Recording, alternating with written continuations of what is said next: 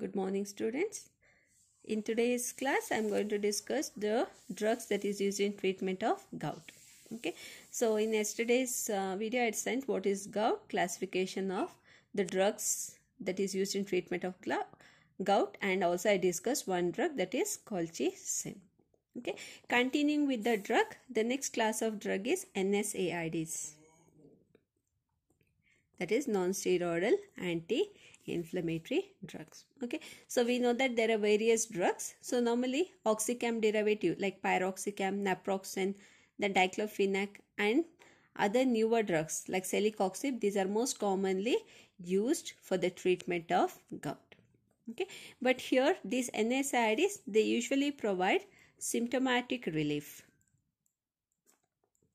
They usually provide symptomatic relief. Symptomatic relief means, so normally there is inflammation in case of gout. That inflammation is normally relieved by these NSAIDs. Okay, so normally these NSAIDs should be given in low dose and it should be given for short duration. It should be given for short duration and not given for long duration. Not used in long duration. Okay, because of the side effects. Okay, so this is regarding the NSAIDs.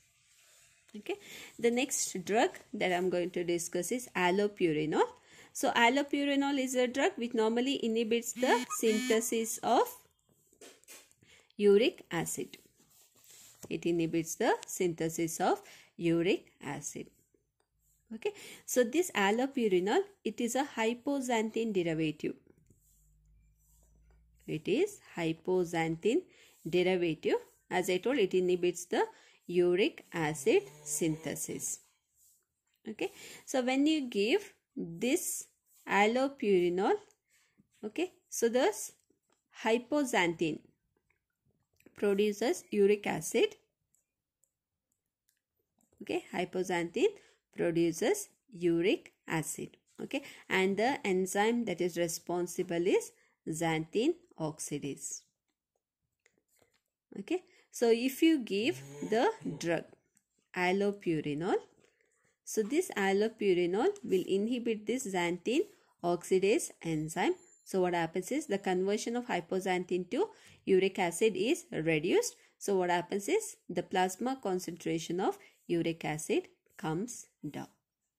Okay, so this is a mechanism that is involved by allopurinol. Pharmacokinetics: 80% oral absorption.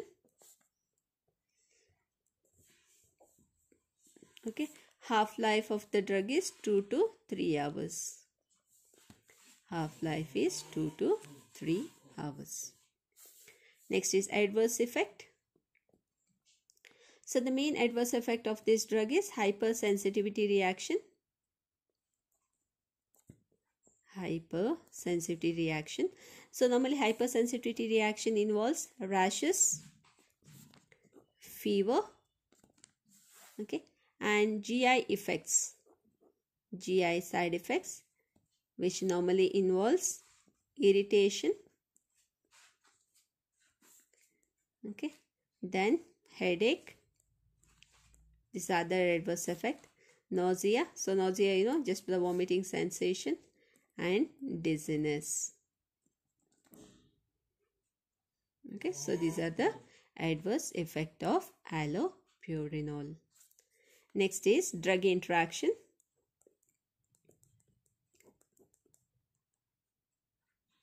Okay, so normally drugs like mercaptopurin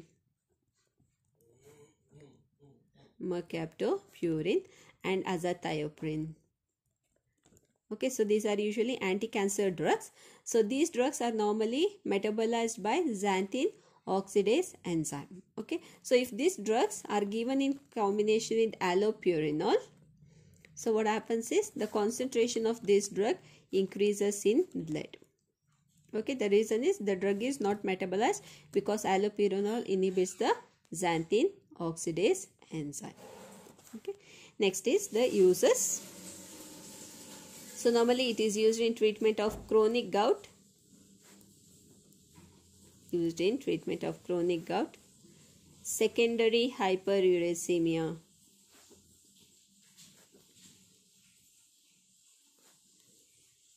Secondary hyperuricemia.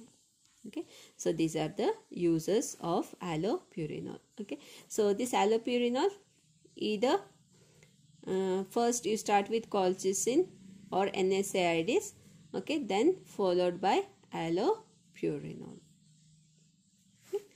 The next drug under this class is febuxostat. Febuxostat.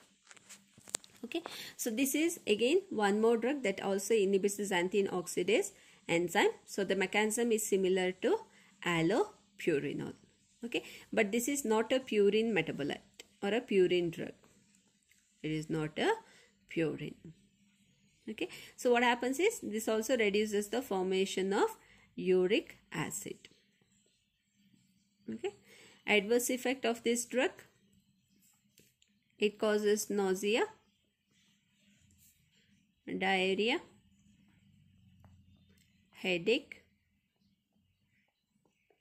and altered liver function. Altered liver function. Okay, so it is also given by oral route. Okay, so when you give by oral route, it is well absorbed. Metabolism is normally seen in liver. Okay, and the most common use of this drug is it is used in treatment of chronic gout. Used in treatment of chronic gout. Okay. The next drug under this class that inhibits the uric acid synthesis is rusburicase.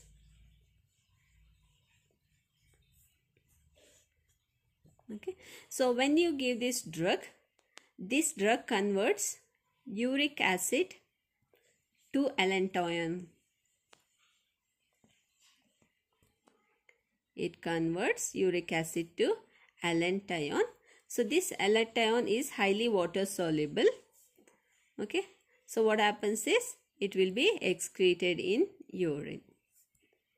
It is excreted in urine. Okay, so this rusburicase, normally it is given by IV route. Most commonly preferred is IV route, where it decreases the uric acid level within 1 to 3 days.